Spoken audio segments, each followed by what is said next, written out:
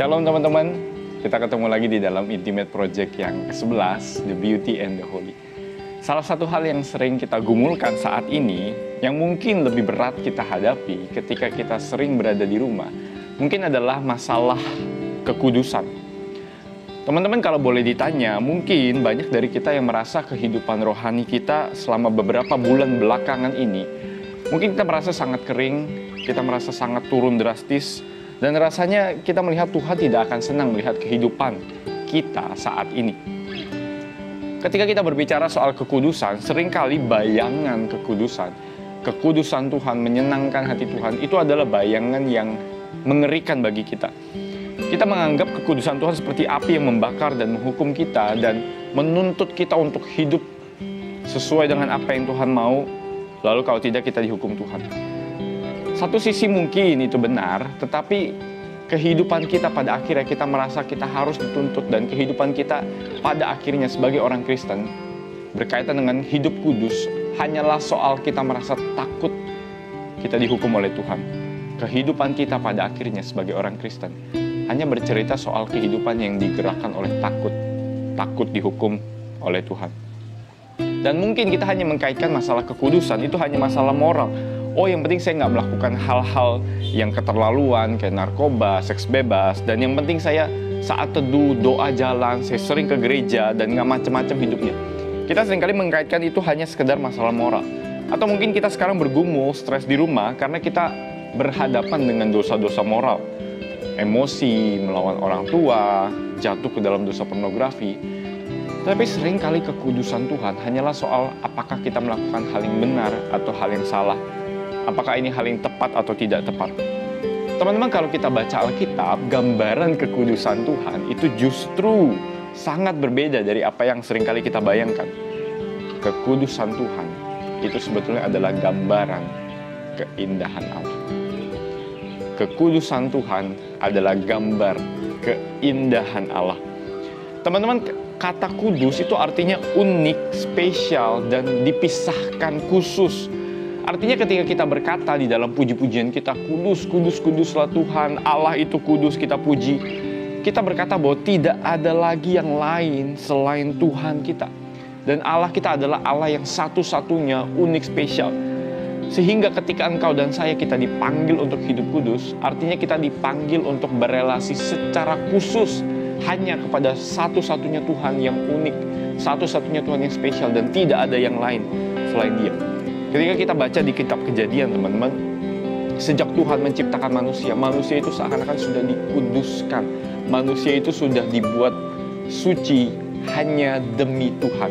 Hidupnya hanya bergantung dan demi untuk Tuhan. Sehingga manusia secara relasi dikuduskan atau dispesialkan dengan Tuhan. Dan itulah arti gambar dan rupa Allah. Kenapa? Karena ketika manusia itu dipaksa dalam tanda kutip untuk hidup kudus, manusia harus hidup kudus, itu bukan gambaran, justru gambaran yang mengerikan, dipaksa. Tetapi gambaran itu justru adalah gambaran karena di dalam relasi yang kudus dengan Tuhanlah kita bisa menikmati keindahan, menikmati anugerah Tuhan yang besar dalam hidup kita. Teman-teman, sehingga Allah itu kudus bukan karena Dia jahat. Allah itu kudus bukan karena Dia mau menghukum kita, tetapi Allah itu kudus karena Dia baik dan Dia indah. Teman-teman, apa yang membuat kekudusan Allah itu berbahaya adalah seringkali karena kita manusia itu tidak mau hidup kudus. Kenapa? Karena kita lebih memilih sesuatu yang bukan Tuhan, kita lebih memilih yang lain, kita tinggal di dunia yang berdosa, kita hidup dengan cara yang berdosa mungkin, sehingga kita lebih memilih untuk tidak berelasi dengan Tuhan. Teman-teman, kita memilih untuk berdosa itu artinya kita bukan hanya cuma melakukan sesuatu yang jahat, tidak, tetapi kita memilih untuk jauh dari Tuhan. Kita lebih memilih untuk lepas dari sang sumber hidup, sehingga hidup kita tidak lagi dikuduskan untuk Tuhan. Kita tidak lagi menspesialkan hidup kita, dan kita lebih memilih lepas dari sang sumber hidup. Teman-teman bisa bayangkan, sekarang ketika Tuhan itu kudus, artinya Tuhan itu memancarkan keindahan, dan kita manusia itu seharusnya memandang keindahan, menikmati relasi yang khusus kudus dengan Dia. Tetapi kita yang lebih memilih untuk menuntut diri kita. Kita yang lebih memilih bahkan untuk jatuh dalam dosa dan lepas dari sang sumber hidup. Teman-teman, relasi Adam dan Hawa dan juga dengan Tuhan di Taman Eden adalah relasi yang sangat-sangat indah. Karena manusia dikuduskan untuk Tuhan. Sehingga kekudusan itu sesuatu yang menyenangkan, sesuatu yang indah. Tetapi kita memang memilih untuk lari dari Tuhan. Kita memilih untuk lepas dari sang sumber hidup. Teman-teman, saya tahu ketika sekarang kita di rumah, saya yakin godaan itu akan semakin besar buat kita. Bagi teman-teman yang mungkin bergumul dengan pornografi, kita banyak waktu di rumah, kita sendirian di kamar, itu menjadi godaan yang sangat-sangat besar. Bagi teman-teman yang mungkin bergumul dengan kemalasan, kita bingung mau ngapain, kita rasanya tidak produktif, dan rasanya kita punya waktu dengan Tuhan tapi kita tidak pakai. Masa-masa sekarang mungkin malah makin kering karena kita tidak bisa ke gereja, kita tidak dapat feel-nya, kita tidak bisa bertemu dengan teman-teman. Masa-masa ini mungkin kita bergumul untuk hidup kudus dengan Tuhan. Tapi berita baiknya adalah kekuatan kita untuk hidup kudus, menjaga diri, hidup buat Tuhan, itu bukan datang dari diri kita. Kekuatan untuk hidup kudus bukan datang karena kita takut sama Tuhan, takut dihukum, diancam dihukum sama Tuhan, lalu kita hidup menyenangkan Tuhan. Tidak. Teman-teman, bukankah capek kalau kita hidup kayak gitu? Kita merasa kita datang ke gereja, kita merasa kita hidup kudus adalah hanya karena kita takut dihukum. Teman-teman, Alkitab, iman Kristen berkata sebaliknya. Kita hidup kudus. Kenapa? Karena dengan kita hidup kuduslah kita menikmati keindahan terbesar yang pernah kita nikmati. Kesenangan, sukacita terbesar yang bisa kita nikmati dalam hidup kita, yaitu siapa?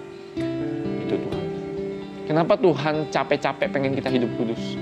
Kenapa Tuhan seakan-akan sangat menekankan hidup kudus? Karena Dia tahu kita butuh.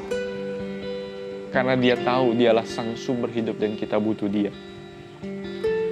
Teman-teman, kalau kita melihat sesuatu itu indah atau baik, seseorang itu cakep atau ganteng, cantik, kita tidak perlu disuruh, kita akan memuji dia dengan spontan, memuji keindahan itu dengan spontan. Dan itulah sebenarnya kekudusan Tuhan. Tuhan tahu bahwa Tuhan itu hal pribadi yang indah. Dan kita dipaksa atau ditarik untuk memandang kepada Dia dengan hidup kudus. Teman-teman, Tuhan itulah yang mengundang kita. Teman-teman, kenapa Allah itu indah? Allah itu indah karena Dia yang menciptakan kita dengan begitu mulia. Tetapi bukan hanya Dia menciptakan kita, tetapi Dia yang menebus kita. Bahkan ketika kita lebih memilih tidak kudus dan kita memilih lepas dari sang sumber hidup. Ketika Yesus Kristus datang ke dunia, Dia mati buat kita. Semata-mata buat apa? Supaya engkau dan saya bisa hidup kudus dan menikmati keindahannya di sepanjang kehidupan kita. Bukankah harga untuk hidup kudus itu sudah dibayar dengan begitu mahal oleh keindahan terbesar? Yaitu siapa? Yaitu Tuhan itu sendiri.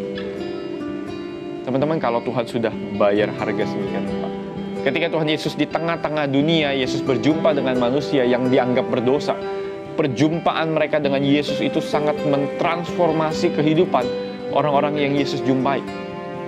Sehingga kunci dari hidup kudus, seberapapun teman-teman kau dan saya kita sedang berjuang saat ini, kuncinya adalah ketika kita berjumpa dan ditransformasi oleh Yesus. Pernahkah kita bayangkan itu kekuatan kita menjalani hidup? Ketika kita memandang Yesus, keindahan terbesar itu, kita hati dan cinta kita ditarik buat Tuhan, dan buat Tuhan. Sehingga hidup kudus itu bukan lagi sebuah beban walaupun kita bergumul. Bukan lagi sebuah tuntutan, tetapi sebuah kerelaan karena hidup kita sudah ditransformasi mencintai Tuhan Yesus. Teman-teman, pernahkah kita melihat Tuhan Yesus sebagai Tuhan yang terindah dalam hidup kita? Sehingga kita sekarang bisa mengasihi Tuhan karena Tuhan terlebih dahulu mengasihi kita, sehingga kita bisa hidup kudus buat Tuhan. Teman-teman, saya tahu tantangan buat kita ketika kita di rumah tidak mudah, bahkan buat saya secara pribadi. Tetapi panggilan dan undangan Tuhan itu tetap sama. Untuk hidup kudus itu bukan karena hukuman, tetapi karena Dia mencintai kita. Dan Dia ingin kita datang mencintai Dia, karena kita sudah ditebus dengan sangat mahal. Teman-teman, biarlah Tuhan terus menolong kita. Menikmati relasi yang kudus dengan Tuhan adalah menikmati keindahan Tuhan. Karena itu mari kita renungkan beberapa hal. Teman-teman, yang pertama, bagaimana seringkali kita memandang kekudusan Tuhan? Apakah seringkali kita hanya memandang kekudusan Tuhan hanya soal tuntutan, saya harus begini, saya harus begitu, saya tidak boleh begini dan begitu? Apakah seringkali kita hanya memandang kekudusan Tuhan hanya soal masalah moral, apa yang boleh dan tidak boleh? Atau kita hanya digerakkan oleh ketakutan selama ini kita berelasi dengan Tuhan, kita takut dihukum? Apakah bagaimana seringkali kita memandang kekudusan Tuhan? Yang kedua, apakah kita pernah merasakan kehadiran Allah yang kudus dan indah dalam hidup kita? Teman-teman pernah nggak sih merasakan Yesus itu Allah yang indah? Dan itulah kekuatan kita untuk menjalani itu, karena kita ditarik untuk mencintai keindahan itu.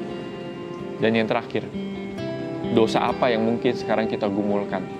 Teman-teman bisa ceritakan kepada Tuhan, kepada teman-teman, kepada orang tua mungkin, kepada saya secara pribadi juga bisa. Dosa apa yang sekarang kita gumulkan dan kita mau minta supaya Tuhan ubahkan hidup kita. Minta betul-betul sama Tuhan, berikan cinta kita kepada Tuhan yang menggerakkan kita untuk hidup kudus. Apapun yang kita gumulkan sekarang, mari kita renungkan dosa apa yang sekarang kita gumulkan. Dan mari minta dengan sungguh-sungguh, Tuhan, tarik hatiku kembali kepada Tuhan, supaya hidup kita bisa dikuduskan oleh Tuhan. Teman-teman jangan lupa untuk saat teduh dari Bible Plan yang disediakan. Mari kita sama-sama terus berjuang dalam masa-masa seperti ini, hidup bersama dengan Tuhan. Sampai jumpa minggu depan. God bless you all.